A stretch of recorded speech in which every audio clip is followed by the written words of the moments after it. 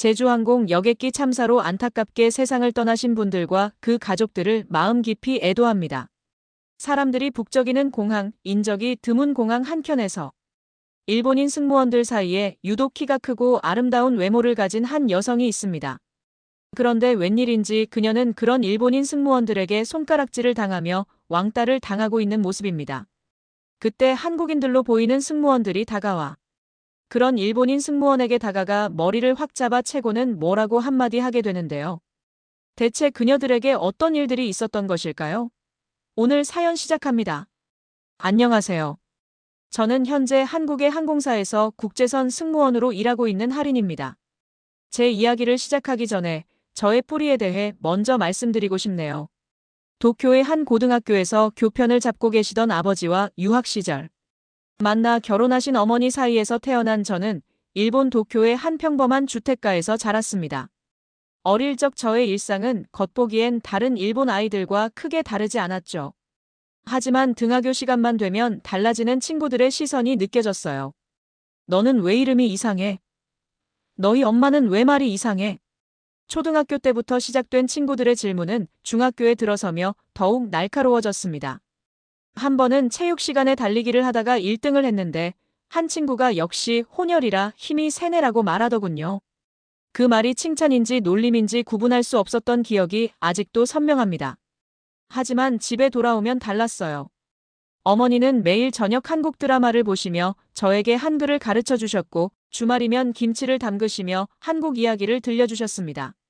설날이면 어머니와 함께 한복을 입고 세배를 하고 추석이면 송편을 빚었죠. 처음에는 이런 이중적인 생활이 혼란스럽고 부담스러웠습니다. 중학교 2학년 때였을까요? 한 달에 한 번씩 열리는 도쿄의 한인회 모임에 참석하게 됐어요. 거기서 저와 비슷한 경험을 가진 친구들을 만났습니다. 그들과 이야기를 나누며 깨달았죠. 제가 가진 이중 문화는 결점이 아닌 특별한 재능이 될 수 있다는 것을요. 일본 친구들은 제가 한국어를 할 줄 안다는 사실에 놀라워했고 점심시간마다 제가 싸온 김밥을 신기해하며 나눠 먹자고 했습니다. 고등학교에 입학한 후에는 한국의 K-팝이 일본에서 인기를 얻기 시작했고 저는 자연스럽게 친구들에게 한국 문화를 알려주는 역할을 하게 됐어요. 특히 기억에 남는 건 고등학교 3학년 문화제 때의 일입니다. 반 친구들이 저를 중심으로 K-팝 댄스 공연을 준비했는데 그때 처음으로 제가 가진 이중적인 문화가 얼마나 멋진 것인지 마음 깊이 느낄 수 있었죠. 공연이 끝난 후 친구들이 할인이가 있어서 정말 좋았다고 말해줬을 때 처음으로 제 정체성에 대해 자부심을 느꼈습니다. 고등학교 졸업을 앞두고 진로를 고민하던 어느 날 어머니와 함께 인천행 비행기를 탔습니다. 외할머니의 생신을 맞아 한국을 방문하는 길이었죠. 그때 처음으로 제 꿈이 무엇인지 분명히 알게 됐어요. 비행기에서 만난 승무원은 한국계 일본인이었습니다. 그녀는 저와 비슷한 경험을 가지고 있었고 자신의 이중 문화적 배경을 활용해 승객들과 소통하는 모습이 인상적이었어요. 한국어와 일본어를 자유자재로 구사하며 각국의 승객들을 배려하는 그녀의 모습에서 제가 나아가야 할 방향을 발견했습니다. 귀국 후 바로 준비를 시작했어요. 영어 공부는 기본이었고 한국어 능력시험 고급 자격증 취득을 위해 매일 밤늦게까지 공부했죠. 대학에서는 관광경영학을 전공하면서 승무원이 되기 위한 기초를 다졌습니다. 특히 기억에 남는 건 대학 3학년 때 참가했던 한일 문화교류 프로그램이에요. 한국 대학생들과 함께 양국의 서비스 산업을 비교 연구하는 프로젝트였는데 이 경험을 통해 제가 가진 문화적 이해도가 얼마나 큰 강점이 될 수 있는지 깨달았습니다. 하지만 승무원이 되기 위한 과정은 결코 쉽지 않았어요. 체력 훈련부터 서비스 매너, 비상상황 대처 능력까지 모든 것을 완벽하게 준비해야 했습니다. 특히 키가 작은 편이었던 저는 신장 제한에 맞추기 위해 매일 스트레칭을 하고 자세 교정에 힘썼죠. 어머니는 제가 지칠 때마다 따뜻한 미역국을 끓여주시며 힘을 주셨어요. 너는 두 나라의 장점을 모두 가진 사람이야. 그걸 잊지 마라는 어머니의 말씀은 제게 큰 위로가 되었습니다. 면접 준비도 만만치 않았어요. 한국어와 일본어는 자신 있었지만 영어 면접이 가장 큰 과제였죠. 매일 아침 영어 뉴스를 들으며 발음을 교정했고 밤에는 미드를 보며 자연스러운 회화를 익혔습니다. 거울 앞에서 수없이 연습한 미소와 걸음걸이는 이제 제 자연스러운 모습이 되었어요. 마침내 일본의 대형 항공사 면접날이 다가왔습니다. 면접장에 들어서는 순간 저는 제가 지금까지 준비해온 모든 것을 보여줄 수 있다는 자신감이 넘쳤어요. 한국과 일본, 두 나라의 문화를 이해하는 제 능력이 항공사에 얼마나 큰 자산이 될 수 있는지 확신했거든요. 일본 항공사의 최종 합격 통보를 받은 날, 어머니는 기쁨의 눈물을 흘리셨어요. 저의 꿈을 위해 힘든 내색 한 번 없이 지원해주신 부모님께 드디어 좋은 소식을 전할 수 있었죠. 합격 축하 자리에서 아버지는 처음으로 내가 자랑스럽다고 말씀해 주셨습니다. 신입교육은 예상보다 더 엄격했어요. 매일 아침 8시부터 저녁 7시까지 이어지는 강도 높은 훈련이었습니다. 비상상황 대처, 기내 서비스 매뉴얼, 항공기 안전 수칙까지 모든 것을 완벽하게 숙지해야 했죠.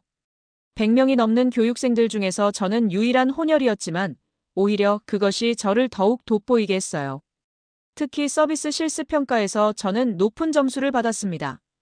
한국 승객 역할을 맡은 교관에게 자연스러운 한국어로 응대하고 일본의 정중함을 더해 서비스를 제공하자 교관들은 놀라워했어요. 하린 씨는 우리 항공사의 새로운 가능성이라고 평가해 주셨죠.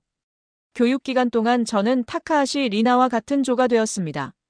처음에는 그녀도 저에게 호의적이었어요. 서로의 부족한 점을 보완해가며 좋은 팀워크를 만들어갔죠. 하지만 교육생 대표 선발을 앞두고 분위기가 달라지기 시작했습니다. 제가 교육생 대표로 선발되면서부터였을까요? 리나의 태도가 조금씩 변했어요. 처음에는 미묘한 변화였습니다. 팀 과제를 할 때 제 의견을 무시하거나 중요한 정보를 저에게만 전달하지 않는 식이었죠.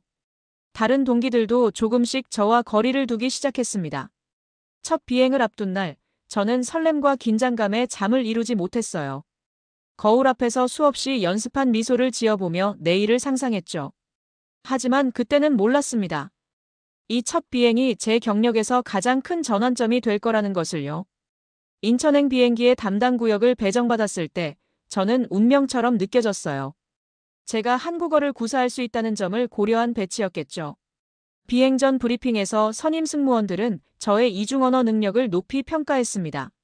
하지만 그 순간 리나의 눈빛이 차갑게 변하는 것을 놓치지 않았어요.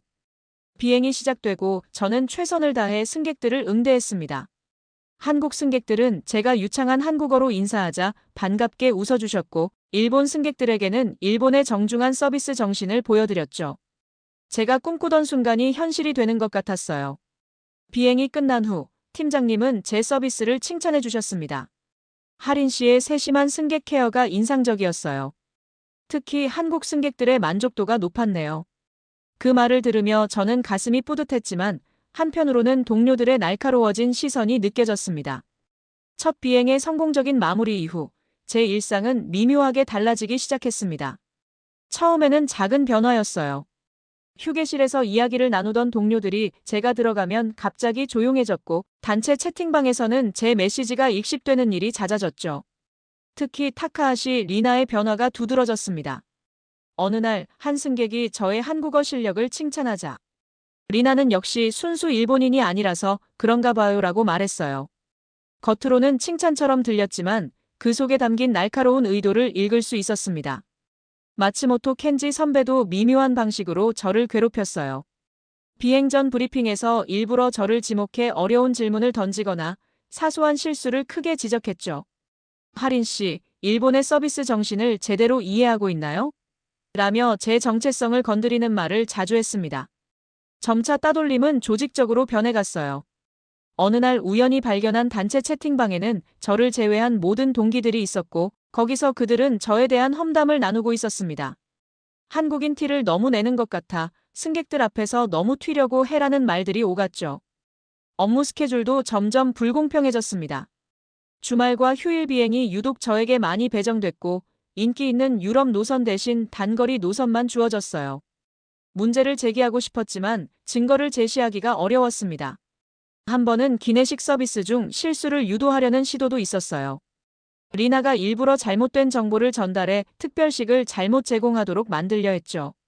다행히 저는 더블 체크하는 습관이 있어서 큰 실수는 면했지만 이런 일이 반복되면서 점점 더 긴장하게 됐습니다. 휴게실에서는 종종 한국에 대한 부정적인 이야기가 오갔어요. 특히 제가 있을 때 일부러 더 크게 이야기하는 것 같았습니다. 저는 참을 수밖에 없었죠. 반박하면 할수록 더 큰 갈등이 될 것 같았거든요. 밤 비행을 마치고 혼자 집으로 돌아가는 길이 제일 힘들었습니다. 아무도 없는 기차 안에서 눈물이 날 것 같았지만 꾹 참았어요. 어머니께는 아무 말씀도 드리지 않았습니다. 걱정하실까 봐요. 하지만 매일 밤 한국 드라마를 보며 위로를 받았죠. 드라마 속 주인공들처럼 저도 이 어려움을 이겨낼 수 있을 거라고 믿으며요. 직장 내 괴롭힘을 증명하기는 쉽지 않았어요. 모든 것이 너무나 교묘했거든요. 상황이 점점 악화되면서 저는 매일 아침 출근길에 위장이 아팠습니다. 하지만 제가 꿈꿔왔던 이 일을 포기할 수는 없었어요. 아직은 버틸 수 있다고, 조금만 더 견디면 상황이 나아질 거라고 스스로를 다독였습니다. 열심히 견디며 일하던 어느 날, 도쿄발 인천행 비행기에서 모든 것이 폭발했습니다. 그날따라 비즈니스석 승객이 많았고 특별 기내식 요청도 평소보다 많았어요. 리나와 켄지 선배는 평소보다 더 날카로워 보였고 브리핑 때부터 이상한 기운이 감지됐습니다. 비행이 시작되고 첫 번째 기내식 서비스가 시작됐어요. 저는 평소처럼 더블 체크를 하려 했지만 리나가 시간 없으니까 얼른 서비스하세요라며 재촉했죠. 그리고 그때 제가 그토록 피하고 싶었던 실수가 일어났습니다. 비즈니스석에 한국인 승객님께 일반식을 제공했는데 알고 보니 그분은 특별식을 신청하신 분이었어요. 승객님은 화를 내셨고 저는 당황한 채로 사과를 드렸습니다. 그런데 그때 리나가 큰 소리로 하린 씨가 브리핑 때 딴 생각을 하더니 이런 실수를 하네요 라고 말했어요. 사건은 순식간에 커졌습니다.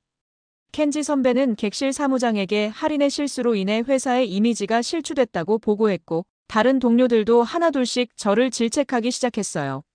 나중에 안 사실이지만 리나가 일부러 특별식 목록을 조작해 이 상황을 만들었다는 것을요. 그날 비행이 끝나고 사무실로 호출됐습니다. 객실 팀장님 앞에서 저는 처음으로 눈물을 보였어요. 그동안 겪었던 모든 일들을 말씀드렸습니다.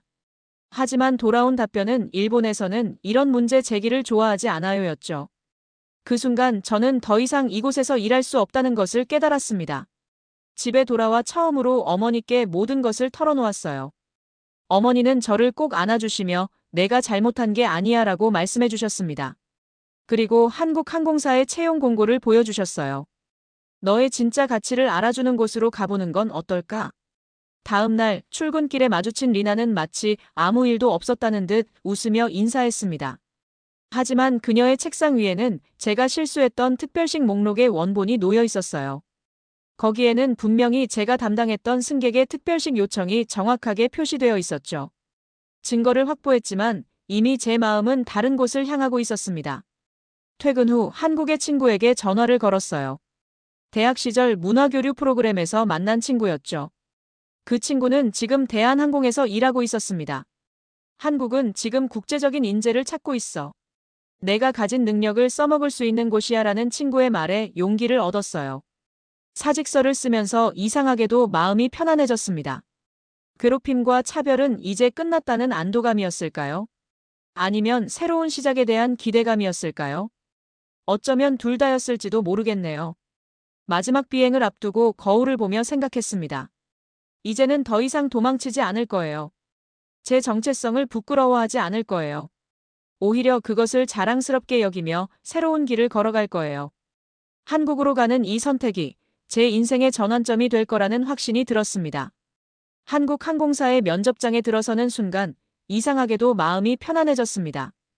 면접관들은 제가 일본 항공사를 그만둔 이유를 물었고 저는 처음으로 제 이야기를 솔직하게 털어놓았어요.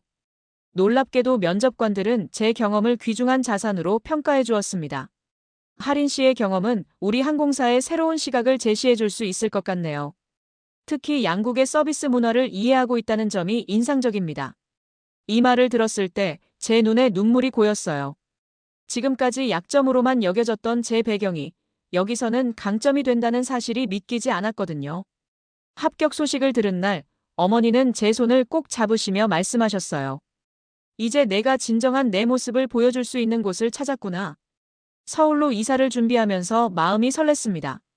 이곳에서는 새로운 시작이 가능할 것 같았어요. 첫 출근 날 긴장된 마음으로 브리핑룸에 들어섰습니다. 그런데 예상과 달리 동료들은 저를 무척 반갑게 맞아주었어요. 와, 일본 항공사에서 오신 분이네요. 저희한테 많이 알려주세요. 최지민 선배는 제 멘토가 되어주겠다고 자청했고, 김도윤 동기는 서울 생활에 필요한 정보들을 하나하나 알려주겠다고 했습니다. 특히 인상 깊었던 건 팀장님의 말씀이었어요. 우리는 서로 다른 점을 존중하고 배우는 것을 중요하게 생각해요. 하린 씨가 가진 경험은 우리 팀의 소중한 자산이 될 거예요. 이런 환영의 말들이 저를 얼마나 안심시켰는지 모릅니다. 교육 기간 동안 저는 한국의 서비스 문화를 새롭게 배웠습니다. 일본의 형식적이고 절제된 서비스와는 달리 한국의 서비스는 따뜻함과 진정성이 느껴졌어요. 승객을 마주할 때도 더 자연스럽고 편안한 분위기를 만들 수 있었죠. 첫 비행을 준비하면서 도윤 동기가 제게 말했어요. 걱정 마요. 우리가 있잖아요. 이 한마디가 얼마나 큰 힘이 되었는지 모릅니다. 일본에서는 늘 혼자였지만 여기서는 달랐어요. 모든 순간 동료들이 함께했습니다. 비행 중에도 놀라운 경험이 이어졌어요. 일본인 승객이 탑승했을 때 제가 자연스럽게 일본어로 응대하자 동료들은 진심으로 놀라워했습니다. 하린 씨는 정말 대단해요. 우리 팀의 자랑이에요. 이런 칭찬을 들을 때마다 가슴이 따뜻해졌어요. 퇴근 후에도 특별한 시간이 이어졌습니다. 동료들은 저를 데리고 서울 곳곳을 소개해 주었어요.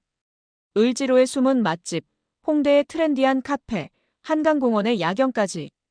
이런 시간들을 통해 저는 점점 서울에 스며들어갔습니다. 어느 날 밤 한강변을 걸으며 문득 깨달았어요. 제가 찾던 곳이 바로 여기였다는 것을요. 국적과 문화의 경계를 넘어 진정한 나 자신으로 인정받을 수 있는 곳. 이제 저는 더 이상 제 정체성을 숨기지 않아도 됩니다.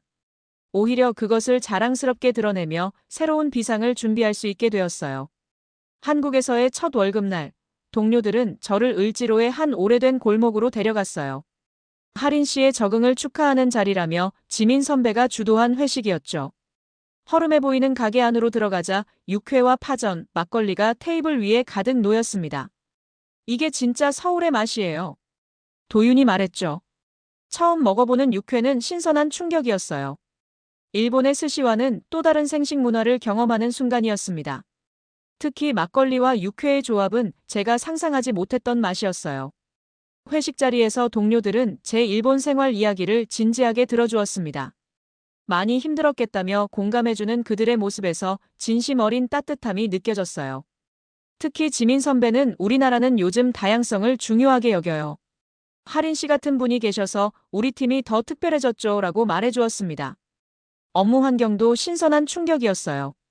한국의 디지털화된 시스템은 일본의 아날로그적인 방식과 달랐습니다. 모든 승객 정보가 태블릿으로 실시간 공유되고 기내 서비스도 앱으로 효율적게 관리되는 모습이 인상적이었죠. 특히 놀라웠던 건 인천공항의 스마트 시스템이었어요.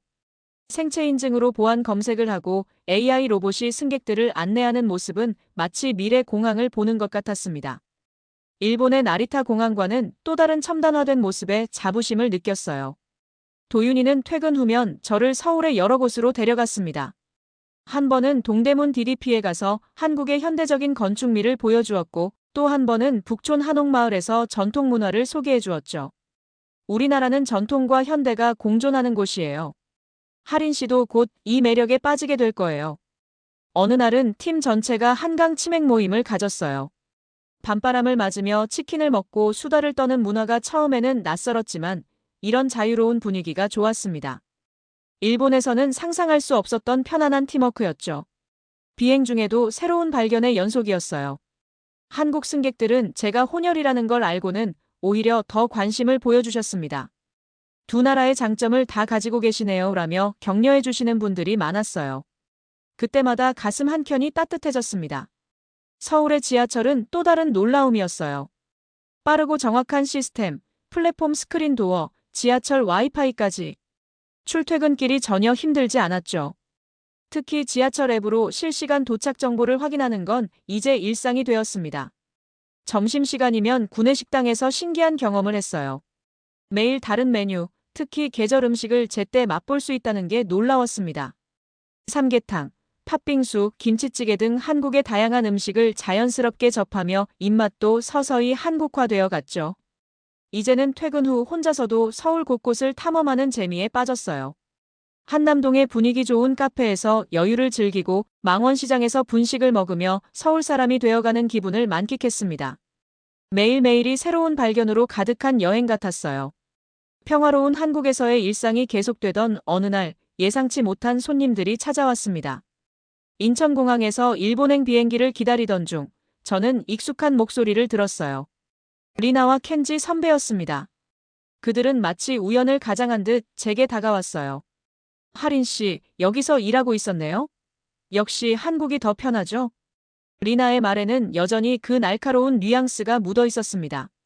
켄지 선배는 일본의 서비스 정신을 잊지 않았길 바라요라며 비꼬는 투로 말을 걸었죠. 그때 지민 선배가 다가왔어요. 하린 씨, 승객분들이 찾으시네요. 특급 VIP 고객님들이세요. 순간 리나의 표정이 굳어졌습니다. 지민 선배는 자연스럽게 저를 데리고 가면서 저희 할인 승무원은 최고의 서비스로 유명하거든요라고 말했죠. 하지만 그들은 쉽게 물러서지 않았어요. 공항 라운지에서 마주칠 때마다 일부러 큰 소리로 일본어를 써가며 다른 승객들의 이목을 끌었습니다. 심지어 제가 담당하는 VIP 고객께 다가가 조심하세요. 저 승무원은 실수가 많아요라고 귓속말을 하는 것도 봤어요. 이런 상황을 본 도윤이가 즉시 행동에 나섰습니다. 그는 공항 보안팀에 연락해 CCTV 확인을 요청했고 리나와 켄지의 부적절한 행동들이 모두 기록되어 있다는 것을 알려주었어요. 이런 행동이 계속되면 공항 출입 제한도 가능합니다라는 도윤이의 단호한 경고에 그들은 당황한 기색이 역력했죠. 팀장님도 이 상황을 알게 되셨어요. 우리 직원을 괴롭히는 건 우리 회사의 자존심과 직결된 문제예요라며 일본 항공사 측에 공식 항의를 제기하셨습니다. 한국 회사의 이런 강단 있는 대응에 저는 깊은 감동을 받았어요. 특히 인상 깊었던 건 동료들의 단합된 모습이었습니다. 누군가 제가 리나나 켄지와 마주칠 것 같은 상황이 예상되면 자연스럽게 둘셋이 함께 움직여 주었어요. 혼자가 아니에요. 우리가 있잖아요라는 말에 저는 눈시울이 뜨거워졌습니다. 그 와중에 저희 비행편을 이용하신 일본 승객 한 분이 특별히 감사 메일을 보내주셨어요. 한국 항공사의 서비스가 이렇게 훌륭한지 몰랐습니다. 특히 할인 승무원의 세심한 배려에 크게 감동받았습니다. 이 메일은 회사 전체에 공유되었고 많은 분들이 축하해 주셨습니다. 리나와 켄지는 결국 아무것도 하지 못한 채 일본으로 돌아갔어요. 떠나기 전 리나의 표정이 잠시 스쳐 지나가는 것을 봤습니다. 그 표정에는 후회와 부러움이 묻어있는 것 같았어요. 어쩌면 그녀도 이곳의 따뜻한 분위기를 느꼈는지도 모르겠습니다. 이 사건 이후 저는 더욱 단단해졌어요. 과거의 상처는 이제 더 이상 저를 괴롭히지 못했습니다. 오히려 그 경험이 저를 더 강하게 만들었고 동료들과의 끈끈한 신뢰를 확인하는 계기가 되었죠. 한국에서의 새로운 시작이 얼마나 옳은 선택이었는지 다시 한번 확신할 수 있었습니다. 리나와 켄지 선배와의 재회 이후 저는 문득 제 자신이 얼마나 변화했는지 깨닫게 되었어요. 예전의 저였다면 그들 앞에서 움츠러들었겠지만 이제는 당당하게 맞설 수 있게 되었습니다. 이런 변화는 하루아침에 일어난 것이 아니었죠. 한국에서의 매 순간이 저를 조금씩 바꿔놓았어요. 동료들과 함께한 시간, 승객들과의 교감, 그리고 무엇보다 제 정체성을 인정하고 지지해주는 회사의 문화가 저를 성장시켰습니다. 특히 지민 선배는 하린 씨의 특별함이 우리 팀의 자랑이라며 늘 격려해 주었죠. 어느 날 베테랑 승무원분이 제게 의미 있는 말씀을 해주셨어요. 항공 서비스의 진정한 가치는 승객의 마음을 읽는 거예요. 하린 씨는 두 나라의 문화를 이해하기 때문에 더 깊이 있는 서비스를 제공할 수 있어요. 이 말씀은 제게 새로운 관점을 열어주었습니다. 실제로 저는 한국과 일본 승객들의 미묘한 차이를 잘 파악할 수 있었어요. 일본 승객들에게는 그들이 선호하는 정중하고 절제된 서비스를, 한국 승객들에게는 좀 더 친근하고 따뜻한 서비스를 제공했죠. 이런 섬세한 접근은 높은 고객 만족도로 이어졌습니다. 회사에서는 제 이런 능력을 인정해 주었어요. 신입 승무원 교육 때 문화 간 서비스의 차이점에 대해 강의를 해달라는 제안도 받았습니다. 처음에는 부담스러웠지만 제 경험이 다른 이들에게 도움이 될 수 있다는 생각에 용기를 내어 수락했죠. 강의를 준비하면서 저는 제 과거를 새롭게 바라보게 되었어요. 일본에서의 힘들었던 시간들이 오히려 저를 더 단단하게 만들었다는 것을 깨달았습니다. 그 경험이 없었다면 지금의 제가 될 수 없었을 거예요. 도윤이는 제 강의를 듣고 나서 이렇게 말했어요. 하린 씨가 이렇게 멋진 사람이었다니 우리가 더 자랑스러워요. 이런 진심 어린 지지는 제게 더 큰 자신감을 주었습니다. 이제는 제가 가진 특별함이 부끄럽지 않았어요. 업무 성과도 눈에 띄게 좋아졌습니다. 제가 담당한 노선의 고객 만족도가 크게 상승했고 여러 차례 승객들로부터 감사 편지를 받기도 했어요. 팀장님은 하린 씨는 우리 회사가 추구하는 글로벌 서비스의 완벽한 모델이라고 평가해 주셨습니다. 주말이면 어머니와 함께 서울 곳곳을 다니며 즐거운 시간을 보냈어요. 어머니는 제가 이렇게 성장한 모습을 보시며 자주 눈시울을 붉히셨습니다. 내가 이렇게 당당해진 모습을 보니 엄마는 더할 나위 없이 행복하구나. 어머니의 이 말씀은 제게 큰 위로가 되었어요. 이제 저는 매일 아침 거울을 보며 미소 짓습니다. 예전에는 불안했던 그 미소가 이제는 자신감으로 가득 찼어요. 한국과 일본, 두 나라의 문화가 제 안에서 조화롭게 어우러지고 있음을 느낍니다. 더 이상 어느 한쪽을 숨기거나 부정할 필요가 없어졌어요. 비행을 준비할 때마다 설렘을 느낍니다. 오늘은 또 어떤 승객들을 만나게 될지, 어떤 특별한 순간들을 만들어갈 수 있을지 기대되거든요. 이제 저는 진정한 의미의 국제선 승무원으로 성장했다고 자부합니다. 앞으로도 제가 가진 특별한 배경을 활용해 더 많은 것을 이루고 싶어요. 한국과 일본, 양국의 문화를 이해하는 제 능력이 더 나은 서비스와 이해를 만들어내는데 도움이 되길 바랍니다. 그리고 저처럼 문화적 정체성으로 고민하는 이들에게 작은 희망이 되고 싶어요. 오늘의 사연 어떻게 들으셨나요? 힘든 상황에서도 씩씩하게 견뎌내 마침내 행복을 찾은 하린 씨가 너무 기특하고 대견스럽네요. 그녀의 이야기가 마음을 울렸다면 구독과 좋아요, 댓글 많이 달아주세요. 영상 시청해주셔서 감사합니다.